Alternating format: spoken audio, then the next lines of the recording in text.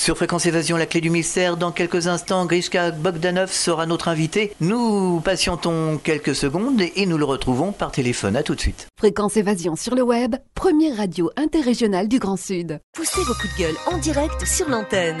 Composez le 09 79 35 29 60, le direct live de Fréquence Évasion. Vos messages seront diffusés chaque jour sur l'antenne. La crise, le pouvoir d'achat, le gouvernement et tout autre sujet d'actualité, c'est la libre antenne sur Fréquence Évasion 09 79 35 29 60.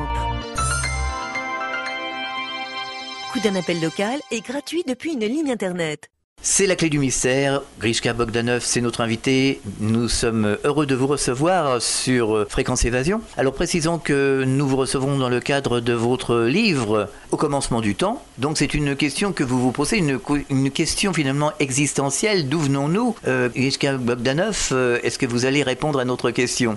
Écoutez, c'est vraiment la question la plus fondamentale et la plus concernante pour chacun d'entre nous. Parfois on ose se la poser, parfois pas. Mais quoi qu'il en soit, il est incontestable qu'à un moment ou à un autre, elle traverse notre paysage conceptuel, notre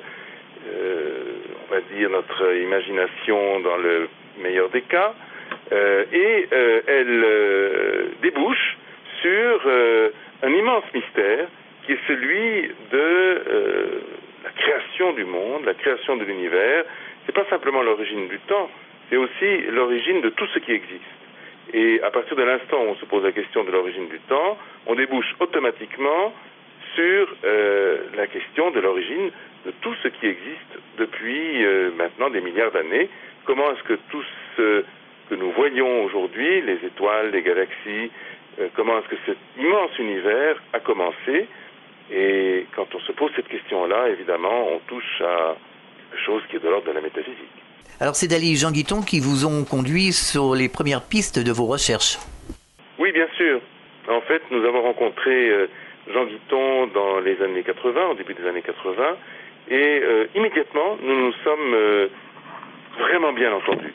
Nous nous sommes retrouvés en lui parce qu'il nous a permis de comprendre que le vrai choix philosophique consistait à se tourner vers ce que l'on appelle les philosophies du mystère, qu'il oppose d'ailleurs aux philosophies de l'absurde. Alors, les philosophies de l'absurde sont parfois rassemblées sous une bannière qu'on connaît, qui est celui de l'existentialisme, celle de l'existentialisme notamment, à travers des grands représentants comme Jean-Paul Sartre dans les années 50 en France, d'autres en Allemagne et dans d'autres grands pays. Et puis, si on se tourne vers un autre bord, qui n'est pas le bord existentialiste, mais plutôt le bord essentialiste, on trouve une autre tradition philosophique qui remonte à Platon, puis qui traverse les siècles, qui passe par Emmanuel Kant, l'un des plus brillants et des plus importants philosophes du monde occidental, et puis Leibniz et encore d'autres, jusqu'à ce qu'on arrive à Bergson, qui est l'un des grands représentants on peut appeler aussi d'ailleurs la philosophie chrétienne. Et à partir de là, on trouve un certain nombre d'héritiers de Bergson, dont Gabriel Marcel, Jan Kelevich, et en particulier donc Jean Guiton. Et Jean Guiton, effectivement, a été pour nous un maître, quelqu'un qui nous a profondément influencé dans notre perception de la réalité. Il nous a rassuré aussi beaucoup parce que sa façon de développer son discours, c'est un discours très, très sûr de lui, très tolérant, très ouvert, écuménique, c'est ainsi qu'on peut le considérer, eh bien, était un discours de construction, de vision positive, de vision optimiste, non seulement du présent, mais aussi de l'histoire à venir. Et donc, Jean Guiton nous a permis, au fond, de nous inscrire pleinement dans la métaphysique, tout en considérant, évidemment, ce qu'il pouvait y avoir d'important dans un engagement de type philosophique pour ce qui concerne la transformation du monde. Donc, comprendre le monde, mais aussi agir sur lui. Ce sont les deux maîtres mots qui résultent de notre rencontre avec Jean Guiton, et j'y rajouterai autre chose. Avoir, grâce à double pôle de compréhension et d'action, avoir une conscience de ce que représente à chaque instant la transcendance, c'est-à-dire l'accès à une vision transcendante des choses. Ce n'est pas simple de considérer que le monde, l'immanent du monde dans lequel nous vivons, est doté d'une dimension autre, orthogonale, supplémentaire, qu'on appelle la transcendance. Et pour cela, eh bien, il faut aller loin dans l'engagement philosophique. Et Jean Guiton est allé loin dans cet engagement et il nous a fait toucher au fond du doigt la nécessité, nous aussi, de dépasser les frontières et d'aller le plus loin possible jusqu'à ce qu'on atteigne la transcendance, c'est-à-dire l'horizon de ce qu'il appelle le mystère. Alors si on veut pousser la réflexion un peu plus loin, ça voudrait dire qu'on pourrait essayer d'expliquer la réincarnation, ce qu'on appelle l'au-delà, la vie après la vie, toutes ces choses existentielles que chacun d'entre nous se pose. Oui, toutes les questions en fait qui sont formulées depuis le début de l'histoire humaine touchent d'abord évidemment à ce que vous avez décrit comme étant les frontières, et puis à l'intérieur des frontières évidemment à des sujets qui sont non pas d'ordre métaphysique comme on peut le dire, mais des questions qui sont beaucoup plus ordinaires et qui impliquent les esprits philosophiques ou non d'ailleurs depuis longtemps. Maintenant, vous citez effectivement les frontières et on doit les définir comme étant partie prenante de ce qu'on appelle un acte de pensée métaphysique. Alors, les théologiens, les spiritualistes ont tous été habités par cette quête avant tout. Or, il se trouve quand même aujourd'hui que nous vivons une époque particulièrement importante, en ce sens que cet horizon métaphysique, eh bien, il est de plus en plus investi, en tout cas de plus en plus fréquenté par d'autres types de penseurs, par d'autres écoles que stricto sensu les métaphysiciens. Ces autres écoles sont essentiellement fondées sur la raison et en particulier sur la science. La science aujourd'hui nous donne les moyens de reposer les grandes questions métaphysiques et parfois même les moyens d'y répondre. En tout cas, au moins de reformuler les grandes questions. Et c'est ce qui caractérise depuis la fin de les toutes dernières années du XXe siècle et surtout depuis le XXIe siècle, l'évolution rapide de la science. La science, aujourd'hui, permet, par son avancée conceptuelle, qui est absolument gigantesque, qui est considérable et qui, en même temps, se fonde sur des disciplines qui elles-mêmes intègrent cette dimension problématique, cette dimension presque métaphysique, eh bien, la science, aujourd'hui, nous permet de poser les questions ultimes, des questions qui n'auraient pas effectivement effleuré l'esprit des philosophes, même il y a 150 ou 200 ans, tellement elles paraissaient insolubles, et qui aujourd'hui, eh bien, deviennent des questions d'actualité pour le penseur scientifique, pour le penseur rationnel. Alors d'ailleurs, dans votre livre, Grishka, vous parlez des recherches sur la science quantique. Oui, bien sûr. On doit beaucoup à tous ceux qui, dans le périmètre de cette nouvelle physique qu'on appelle la physique quantique, ont posé de nouveaux jalons. Vous citez Schrödinger, il y en a beaucoup d'autres comme Paul Dirac, Werner Heisenberg, Niels Bohr, Albert Einstein lui-même. Donc, tous ces penseurs de la physique du XXe et du début du XXIe siècle ont été conscients du fait qu'ils déplaçaient ce qu'on appelle l'horizon épistémologique, c'est-à-dire le sous-sol de connaissances dans lequel s'inscrit le geste du physicien théoricien. Presque parce que ce sont des théoriciens et qui, évidemment, en tant que tels, ils déplacent l'horizon des connaissances dans lequel nous vivons. Mais il y a évidemment des conquêtes qui sont des conquêtes très précises, qui ont des retentissements insoupçonnés, justement, dans ce domaine que nous qualifions depuis tout à l'heure de métaphysique. Vous venez de citer le temps imaginaire. Le temps imaginaire, qu'est-ce que c'est? C'est une autre forme du temps.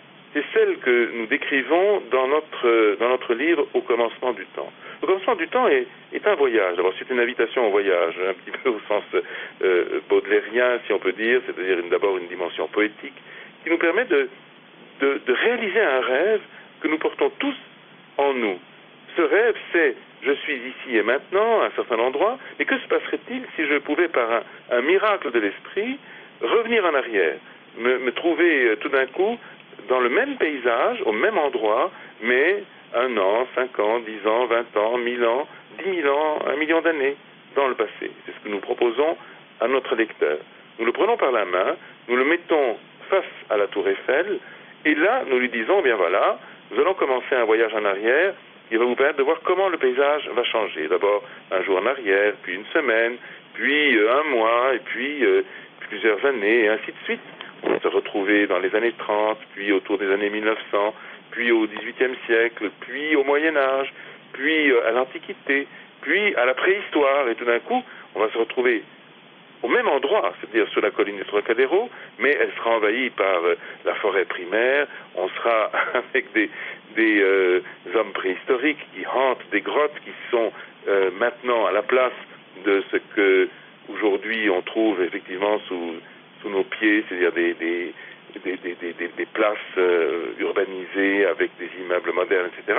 Tout ça, évidemment, aura disparu 100 000 ans en arrière, et puis encore plus loin dans le passé, il y a 60 millions d'années, on trouvera des animaux très primitifs qui sont des ancêtres de tous les mammifères, et puis il y a 100 millions d'années, toujours au même endroit, sur la colline du Trocadéro, on va trouver des dinosaures, ils étaient là, oui, il y a très très longtemps.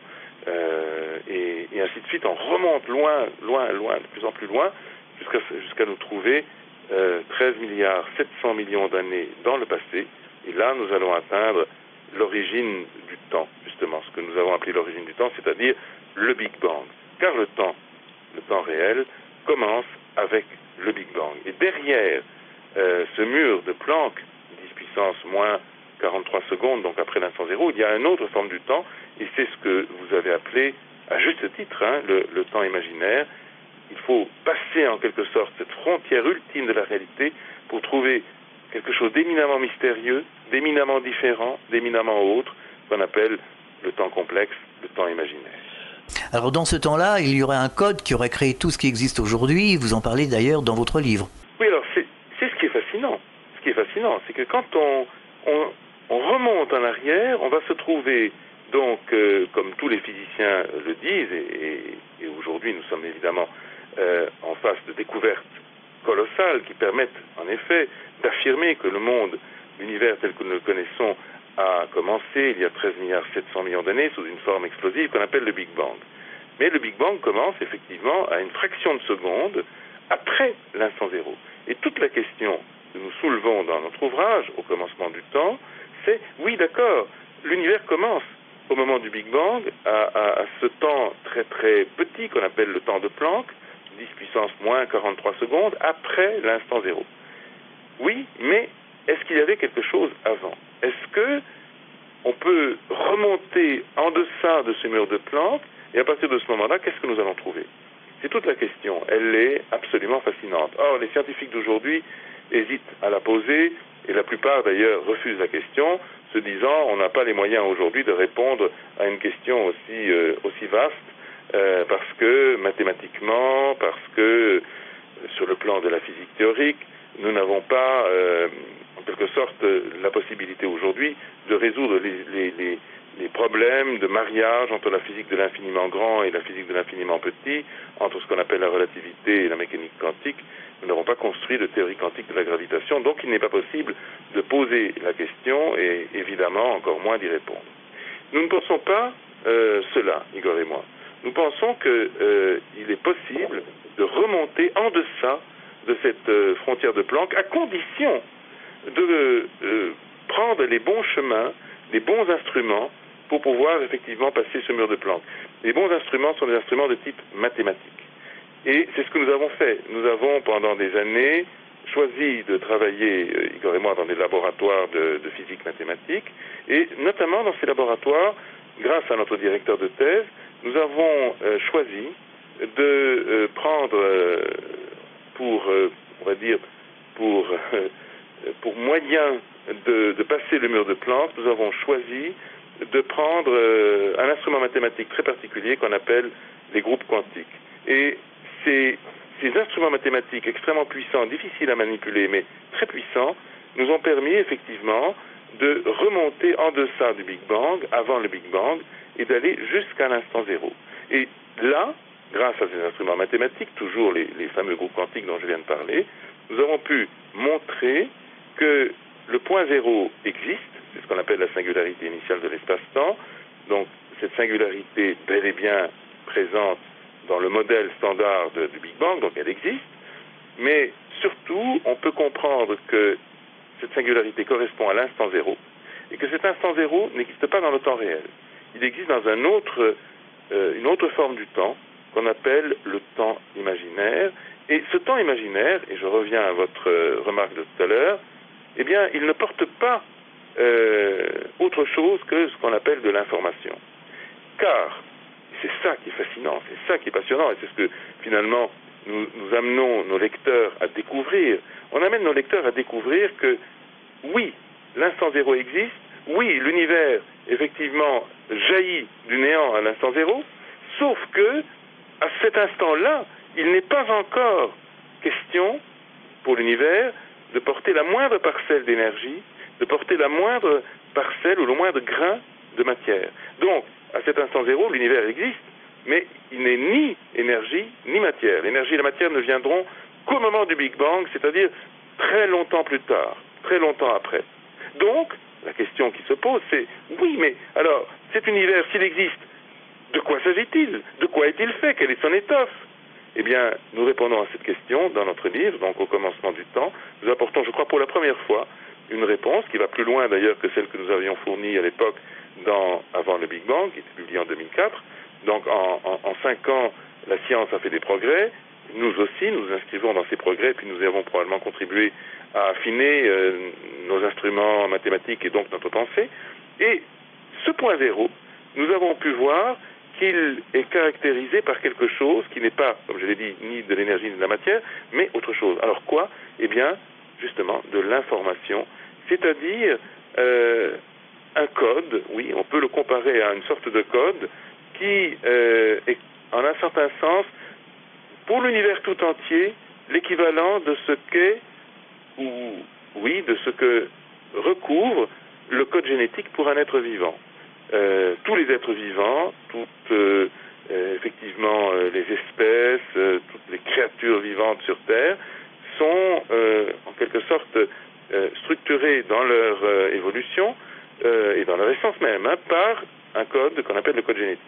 Eh bien, de la même façon, nous pensons, et c'est notre hypothèse, que sur ce point zéro, qui existe dans ce fameux temps imaginaire, au sens mathématique du terme, c'est pas un temps qui serait un fruit de notre imagination, c'est un temps dont on sait qu'il est le résultat d'une transformation du temps réel en un temps imaginaire, c'est-à-dire un temps qui est mesuré par des nombres imaginaires, et non pas par des nombres réels. Donc, ce point zéro, eh bien, il porte une information qui est extrêmement dense, extrêmement riche, qui en quelque sorte concentre en elle toutes les lois sur lesquelles repose aujourd'hui l'univers, mais qu'elles sont déjà là à l'instant zéro. C'est ça qui est extraordinaire et bouleversant même pour l'esprit.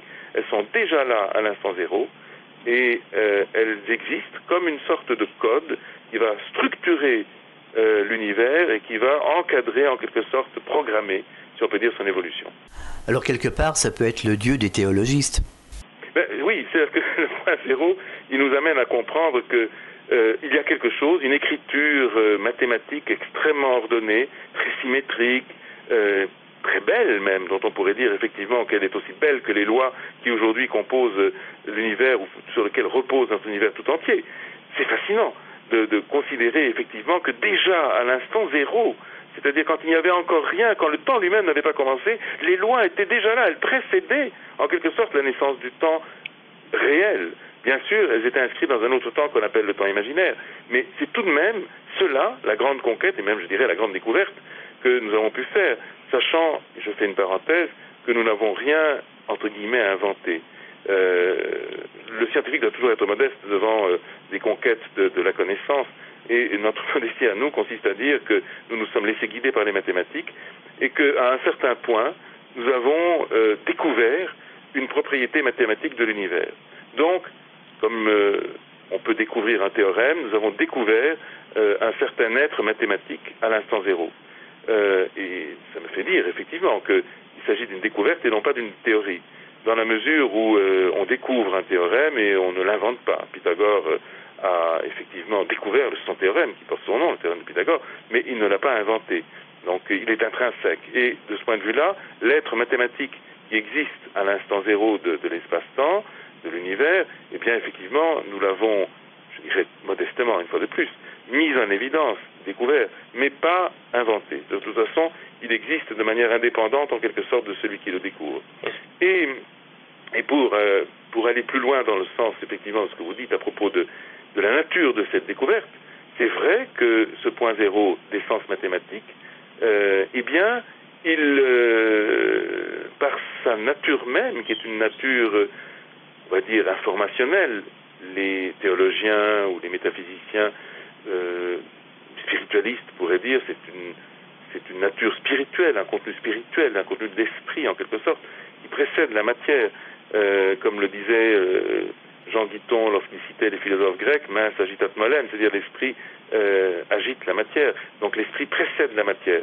Eh bien, c'est un petit peu ce que finalement la science d'aujourd'hui nous dit à propos de cet univers il y a si longtemps. Il y a si longtemps, lorsqu'il commence, il y a plus de 13 milliards d'années, sous une forme différente de celle que nous connaissons, ça c'est une évidence. Simplement, ce n'est pas la matière qui précède la réalité telle que nous la connaissons, c'est autre chose. La réalité de la matière est précédée par une autre réalité qui est celle de l'information, et que d'autres penseurs pourraient appeler de l'esprit. Alors je ne vais peut-être pas jusque-là, mais en tout cas, ça nous amène à comprendre que quelque chose d'immatériel, de non matériel, précède la réalité matérielle. Et ça, c'est effectivement une des conquêtes que je crois fondamentales, et même une révolution pour l'esprit humain, pour la connaissance, pour l'épistémologie, qui caractérise ce début du XXIe siècle.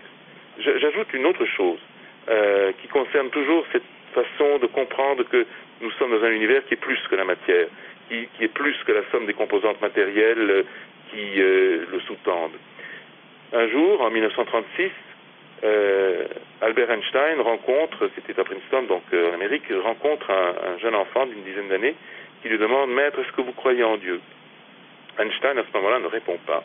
Et il demande à l'enfant simplement de lui donner son adresse et il lui dit, il l'assure, qu'il va lui répondre par écrit. Une semaine passe et en effet, l'enfant reçoit une réponse écrite, la belle écriture d'Einstein, et je la connais par cœur, cette réponse, parce que je la trouve exemplaire, et ceux qui nous écoutent en ce moment seront sous le charme, je dirais, de cette pensée, de ce merveilleux savant qui était Einstein, qui était généreux, qui était en même temps doté de cette curiosité pour tout, pas seulement pour les choses observables dans le domaine de la science, mais aussi pour les choses verticales, celles qui nous entraînent et qui nous amènent à toucher effectivement à ce que j'ai appelé tout à l'heure les grandes questions. Et voici ce qu'il a répondu à cet enfant en 1936. Tous ceux qui sont sérieusement impliqués dans la science finiront par comprendre un jour qu'un esprit se manifeste dans les lois de l'univers, un esprit immensément supérieur à celui de l'homme. Fin de citation. Et vous voyez la beauté et la profondeur des choses. Donc quand on considère que le point zéro concentre en lui de l'information, que cette information représente la somme de toutes les lois sur lesquelles repose aujourd'hui même l'univers, on ne peut pas manquer de se poser la question, oui, mais qui a écrit ce fameux code? Qui, comme le dirait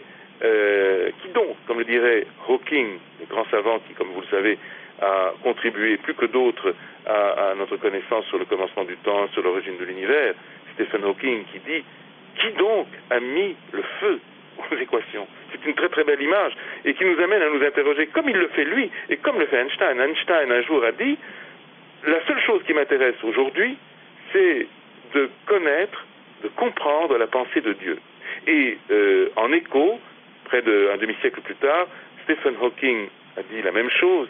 Il dit, lorsque nous serons arrivés à comprendre de manière simple comment l'univers a commencé, alors nous pourrons répondre à la question, à quoi pensait Dieu? Quelle est la pensée de Dieu? Au moment où effectivement il mettait le feu aux équations. Alors aujourd'hui dans l'univers, est-ce qu'on n'a pas encore l'empreinte justement de ce début, de ce point zéro, quand on imbrique le temps réel et le temps imaginaire? Et bien sûr, Si vous voulez, il y a 3 formes du temps. La première forme du temps, c'est celle que nous avons décrite effectivement comme étant le temps réel, celle qui existe et qui est mesurable par nos montres, qui existe dans notre vie de tous les jours. C'est ce qu'on appelle le temps réel. Ça, nous le connaissons bien, nous sommes immergés dans ce temps réel, nous en faisons l'expérience à chaque instant. Maintenant, quand on remonte vers le Big Bang, on va se trouver tout à coup confronté à cette échelle incroyablement petite, qu'on appelle l'échelle de Planck.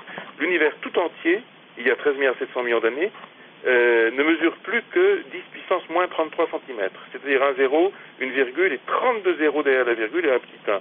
En centimètres, ça fait pas beaucoup. C'est vraiment des milliards de fois plus petit que la plus petite des particules élémentaires, noyau d'atomes d'hydrogène par exemple. Donc c'est vraiment très très très petit. Ben, le contenu en matière, tout le contenu en énergie de l'univers se trouvait pourtant concentré dans cette petite particule, cette étincelle de réalité, qui était donc l'univers à l'échelle de Planck. Et pourtant, ce n'est pas le début de l'histoire, parce qu'il y avait encore autre chose avant. Et cet avant, effectivement, nous amène à pénétrer, donc, grâce, comme on l'a dit tout à l'heure, à des instruments mathématiques appropriés. J'ai parlé tout à l'heure des groupes quantiques, il y a d'autres instruments, mais qui permettent de passer la barrière de Planck, et à partir de ce moment-là, de se trouver dans un en-deçà du Big Bang, et donc dans un en-deçà du temps réel. Et qu'est-ce que c'est, effectivement, que cet en-deçà ? Eh bien, c'est la première transformation du temps où nous voyons apparaître un temps qui n'est plus le temps réel, mais un temps transformé, un temps enrichi, un temps élargi, que les mathématiciens et les physiciens mathématiciens appellent le temps complexe. Qu'est-ce que c'est que le temps complexe ? C'est un temps qui a 2 composantes au lieu d'une. Notre temps à nous n'a qu'une seule composante, c'est la composante réelle. Le temps complexe a 2 composantes. Une composante réelle, c'est le temps que nous connaissons, et une composante imaginaire pure. C'est le temps qui existe à 90 degrés, en quelque sorte, orthogonal au temps réel, qui a subi ce qu'on appelle une rotation de Wick. Wick était un physicien mathématicien du début du XXe siècle, et qui a décrit effectivement cette transformation du temps qui bascule de l'axe des réels vers l'axe des imaginaires purs. Et lorsque l'on a un mélange entre le temps réel et le temps imaginaire, eh bien on a un temps complexe. Et c'est ce temps-là qui existait, si on peut dire, selon nous, selon notre approche, avant le Big Bang, jusqu'à ce qu'on atteigne enfin la singularité initiale, c'est-à-dire le point zéro, l'instant zéro.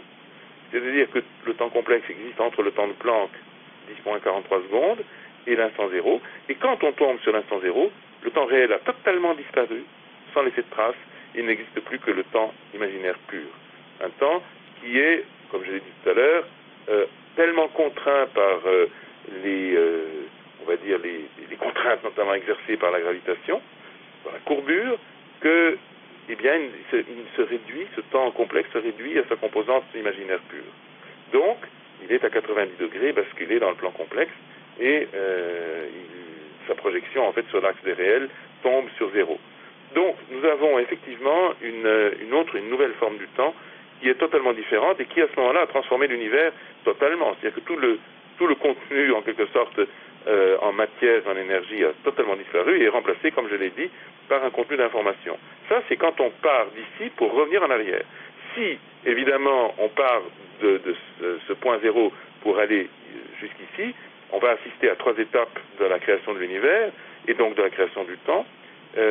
Première étape, le temps imaginaire qui est là, qui concentre en lui cette densité d'information qui n'est donc pas du tout de la densité d'énergie ou de la densité de matière, donc il n'y a pas de matière et pas d'énergie, il n'y a que de l'information. Et puis, entre 0 et le temps de Planck, transformation de l'information en énergie, et à partir donc c'est le temps complexe, c'est le temps complexe qui permet cette transition entre l'information et l'énergie, et enfin, à partir du temps de Planck, 10 puissance moins 43 secondes, libération de l'énergie, explosion, si on peut dire, gigantesque, qu'on appelle le Big Bang, et début de l'expansion, et nous vivons toujours, aujourd'hui, dans cette phase d'expansion de l'univers. Bien entendu, il existe des traces de cette fantastique histoire que je viens de décrire et que nous décrivons en détail dans notre livre. Il existe des traces, et donc, il existe des repères des vestiges, en quelque sorte, oui, on va dire des espèces de témoins de ce que représente cette histoire et notamment de l'existence du temps imaginaire, de cette cinquième dimension de l'espace-temps. Et les CIDRA, c'est bien effectivement des moyens modernes d'observation vont nous permettre de les déceler de manière indirecte. Par exemple, le satellite Planck. Planck est un satellite d'observation astronomique qui va regarder très très très très loin en arrière, qui vient d'être lancé en mai dernier et qui, dans les semaines et les mois à venir, va probablement déboucher sur des conquêtes prodigieuses. Parce que Planck est spécifiquement conçu pour pouvoir regarder très loin en arrière, jusqu'au voisinage, effectivement, du Big Bang, peut-être une seconde après le Big Bang. Mais grâce à ces fantastiques moyens d'observation, il pourra permettre de répondre à un certain nombre de questions, notamment deux, qui sont extrêmement importantes pour nous. La première porte sur l'existence de l'énergie sombre, c'est l'énergie noire, comme on dit. Si l'énergie noire existe, alors ça va conforter effectivement l'idée qu'il existait avant le Big Bang un champ scalaire que l'on peut comparer à une dimension supplémentaire. Donc effectivement, ça nous donnera raison à ce moment-là pour ce qui concerne l'existence du temps imaginaire. Et deuxième conquête, le satellite Planck permettra probablement de donner une réponse définitive qui va dans le sens de ce que nous pensons concernant la forme de l'espace à 3 dimensions, la forme de l'univers dans lequel nous vivons. Nous pensons que l'univers n'est pas plat, mais qu'il est rond. L'univers passe à 3 dimensions. Nous allons marquer une courte pause dans la clé du mystère sur Fréquence Évasion et nous revenons dans quelques instants. À tout de suite. Fréquence Évasion Radio.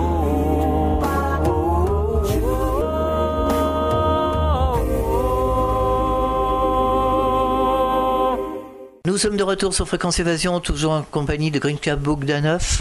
Nous parlons du Big Bang, du temps imaginaire. D'ailleurs, parlons des trous noirs qui sont assez révélateurs justement par rapport au temps imaginaire. On s'aperçoit en observant, d'ailleurs vous en parlez dans votre livre, les trous noirs n'ont rien à voir avec l'énergie noire. Et là, on s'aperçoit qu'on est dans la singularité d'un temps imaginaire. Bien sûr, les singularités sont des objets extrêmement riches et extrêmement passionnants pour les mathématiciens. Ce sont des objets qui sont des limites finalement de la réalité mathématique ou physico-mathématique sur lequel le mathématicien porte son regard et toute son attention.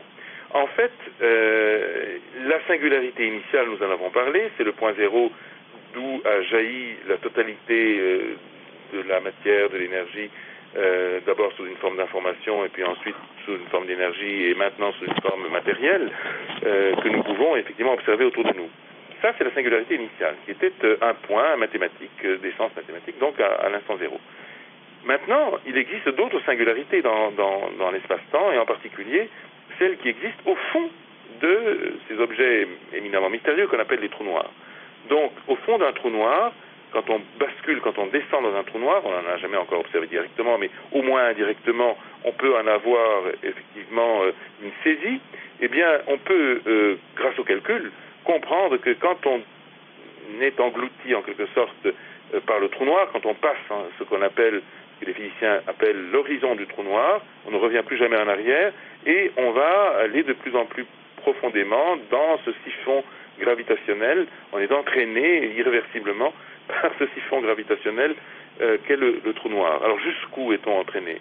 Eh bien, on va en quelque sorte tomber dans un monde, être englouti dans un monde qui devient de plus en plus dense, de plus en plus petit, exactement comme l'univers était de plus en plus dense, de plus en plus petit si on revient en arrière.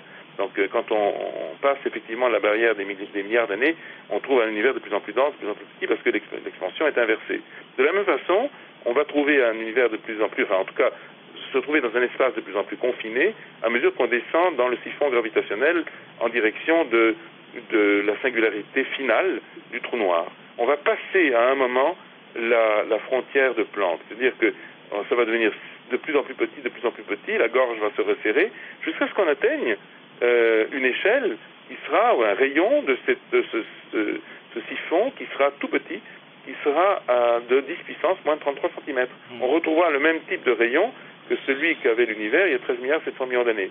Et là, à partir de ce moment-là, on va de nouveau passer la frontière. Et quand on passe la frontière, selon nous, eh bien, ce qu'on appelle la métrique de l'espace-temps va se trouver à nouveau modifiée, comme ça s'est passé il y a 13 milliards 700 millions d'années au moment de naissance de l'univers, et on va percer, une fois qu'on a percé cet horizon de Planck, une fois qu'on l'a franchi, eh bien, on va se trouver dans un espace-temps qui sera modifié, où le temps deviendra complexe, jusqu'à ce qu'on atteigne la singularité finale, qui sera, elle, de la même nature que la singularité initiale, c'est-à-dire un point mathématique qui existe dans le temps imaginaire. Lavoisier disait « rien ne se crée, tout se transforme ». Est-ce que finalement le système ne se rebouclerait pas? Mais c'est fascinant. Nous vivons dans un monde qui est merveilleux, qui est fascinant, parce qu'il nous offre évidemment dans son spectacle la possibilité de répondre à des questions qui sont, comme celles que vous venez de poser, extrêmement profondes et qui engagent toute notre vision du réel, de la réalité. Donc, ça fait de nous des métaphysiciens, une fois de plus. Ce que vous posez comme question implique qu'on s'interroge sur la nature de cette singularité finale. La singularité finale, je l'ai dit tout à l'heure, elle vit donc dans un temps, elle existe dans un temps imaginaire, de même que la singularité initiale. Souvenons-nous que la singularité initiale porte une information qui est d'une densité et d'une richesse inouïe. Or, la singularité finale porte, elle aussi, une information. Et d'ailleurs, ça nous permet, puisque c'est une hypothèse que nous émettons, mais nous pensons effectivement qu'elle rejoint aujourd'hui d'autres hypothèses qui sont extrêmement fortes dans le domaine de la compréhension des trous noirs, notamment ce fameux paradoxe qu'on appelle le paradoxe de l'information, qui a été mis en évidence par Stephen Hawking, Bekenstein et un certain nombre d'autres, et qui consiste à dire que si on jette un objet quelconque, par exemple un ouvrage, un livre, n'importe quoi dans un trou noir, évidemment il va être absorbé par le trou noir, mais quelque chose de cet objet qui aura disparu, qui aura été écrasé par les forces de marée gravitationnelles qui sont gigantesques dans le trou noir, qui va le pulvériser, quelque chose malgré tout de cet objet va survivre. Et c'est quelque chose, c'est ce que Hawking et tous les physiciens théoriciens d'aujourd'hui appellent l'information. C'est fascinant, c'est passionnant de penser que l'information est conservée à l'intérieur du trou noir et que lorsque le trou noir, dans des milliards de milliards d'années, se sera évaporé, eh bien, il va restituer cette information. Ça veut dire que sur le point zéro, et pour nous, c'est cela la conclusion forte, c'est que le point zéro qui caractérise la singularité finale, c'est elle qui porte cette information, c'est elle qui l'absorbe, c'est elle qui conserve cette information. Ça, c'est tout simplement bouleversant, une fois de plus, pour notre esprit, car nous voyons apparaître une identité, une homologie en tout cas, entre la singularité initiale porteuse d'information et la singularité finale également porteuse d'information. Dès l'instant où cette homologie est constatée, on pourrait étendre encore le champ de notre pensée et puis nous dire qu'il n'est pas absurde de se poser une autre question. Il va plus loin que celle que effectivement nous soulevons en ce moment. Il va aller jusqu'au bout. Jusqu'au bout de quoi? Eh bien, jusqu'au bout de l'histoire de l'univers. Si nous nous projetons dans l'avenir lointain de l'univers, dans des milliards d'années, des milliards de milliards d'années, des milliards de milliards de milliards d'années, qu'est-ce que nous allons observer? Nous allons observer que, une à une, les étoiles vont s'éteindre. Lorsque nous lèverons le ciel dans des milliards de milliards d'années, lorsque nous lèverons nos yeux vers le ciel, eh bien, nous constaterons que, bien, plus aucune étoile, plus aucun soleil ne brille dans la Voie lactée. Et ce sera vrai pour toutes les galaxies, progressivement, de l'univers. Elles vont toutes s'éteindre. Donc, à un moment ou à un autre, l'horizon, en quelque sorte, céleste, qui est aujourd'hui illuminé par des étoiles, eh bien, dans l'avenir lointain, il va s'assombrir et il va finir par, en quelque sorte, s'éteindre. Et puis, la matière qui composait les soleils et les planètes gravitant autour de ces soleils désormais noirs, eh bien, cette matière finira elle-même par se désintégrer. On pense effectivement que dans des milliards de milliards de milliards d'années, l'univers va finir par s'évaporer. Que restera-t-il alors? C'est la grande question qui est posée par la physique théorique d'aujourd'hui, et elle y répond. Elle y répond. Einstein lui-même y répondait. Il répond déjà en 1915, au moment de la publication de la relativité générale, et il dit ceci: quand toute la matière qui caractérise effectivement une réalité a disparu, eh bien, ce qu'on appelle l'espace et le temps disparaissent à leur tour. Autrement dit, si je me projette maintenant dans l'avenir, lorsque toute la matière qui aura caractérisé l'univers, lorsque toute l'énergie qui aura caractérisé l'univers dans des milliards d'années d'ici aura disparu, ce sera évaporé, que restera-t-il? Il ne restera plus rien, et même l'espace-temps, c'est-à-dire le temps lui-même, ce sera en quelque sorte évanoui. C'est ce moment étonnant où ce qu'on appelle le cône de lumière de l'espace-temps, ce sera lui-même évaporé. Le cône de lumière, c'est un objet d'essence géométrique qui permet de comprendre, de décrire tous les phénomènes dans l'espace-temps, l'évolution notamment. Quand il n'y a plus de temps, quand il n'y a plus de matière, il n'y a plus de temps, et il n'y a plus donc de cône de lumière. Et l'ailleurs, ce qui est décrit par l'ailleurs dans la relativité générale, c'est-à-dire l'extérieur du cône de lumière, va se mélanger en quelque sorte à l'intérieur du cône, et il ne restera plus qu'un espace indifférencié à 4 dimensions, puisque effectivement on pourrait considérer que cet espace-temps immensément dilaté, sans matière et sans énergie, aura perdu à la fois son échelle et en même temps le dernier repère effectivement de réalité qu'est le temps. Et le temps réel, ce sera de nouveau transformé en temps imaginaire. Et là, il restera encore quelque chose. Ce ne sera plus de la matière, ce ne sera plus de l'énergie, ce sera à nouveau de l'information. Donc, vous voyez que la boucle est bouclée. Et que dans un avenir immensément lointain, on va retrouver en miroir, inversé, une information finale qui correspond au dual, c'est-à-dire à l'image en miroir de l'information initiale. Et à partir de ce moment-là, en effet, on peut considérer que cette information finale peut engendrer autre chose et peut être prise comme le départ, le point de départ d'une nouvelle aventure qui serait l'information en quelque sorte finale se transformant en l'information initiale d'un nouvel univers ou d'une nouvelle extension. Alors par ce biais-là, on pourrait éventuellement comprendre ce que la tradition ou certaines recherches nous disent en matière de réincarnation, c'est-à-dire un éternel recommencement. En un certain sens, on prouve là, mathématiquement, scientifiquement, rationnellement, l'existence de cycles à très très très long terme dans l'univers. Alors des cycles qui effectivement permettent de passer d'une réalité A à une réalité B, puis d'une réalité B vers une réalité C. C'est tout à fait possible. Cela dit, la science ne peut pas aujourd'hui aller jusque-là. Elle peut simplement constater qu'il existe une transformation, une évolution, que l'univers est soumis à un principe qui est un principe de complexité, c'est-à-dire qu'il part d'un état très simple et il se complexifie, devient de plus en plus complexe, de plus en plus riche en information, et que la matière, elle est soumise au second principe de la thermodynamique. La matière et l'énergie se dégradent, et que donc l'entropie, comme on dit, augmente jusqu'à un certain seuil. Alors, la grande question qui se pose, c'est, dans des milliards d'années d'ici, que restera-t-il? Eh bien, nous apportons effectivement, Igor et moi, là aussi une réponse. Nous pensons que la fin de la matière et la fin de l'énergie n'est pas la fin de l'histoire, et que, au contraire, elle débouche sur quelque chose d'inouï, de non accessible à nos sens d'aujourd'hui, mais qui, par un raisonnement en tout cas, et par une sorte de saut conceptuel peut être intuitionné, c'est qu'il restera de l'information. Et cette information, c'est un autre mot ou un autre nom que, effectivement, on peut donner, en tout cas que des métaphysiciens ou des philosophes peuvent donner à ce qu'on appelle l'esprit. Donc, en quelque sorte, l'information est présente à zéro et l'information est présente à l'infini. Ce sont les deux horizons entre lesquels existe notre univers.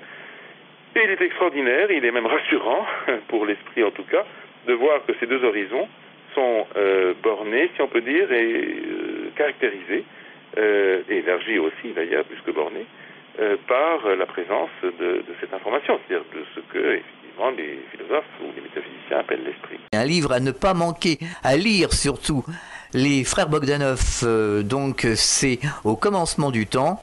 C'est aux éditions Flammarion. Eh bien, merci d'avoir participé à cette émission à la Clé du Mystère sur Fréquence Évasion. À très bientôt, au revoir. Merci et à bientôt. Au revoir.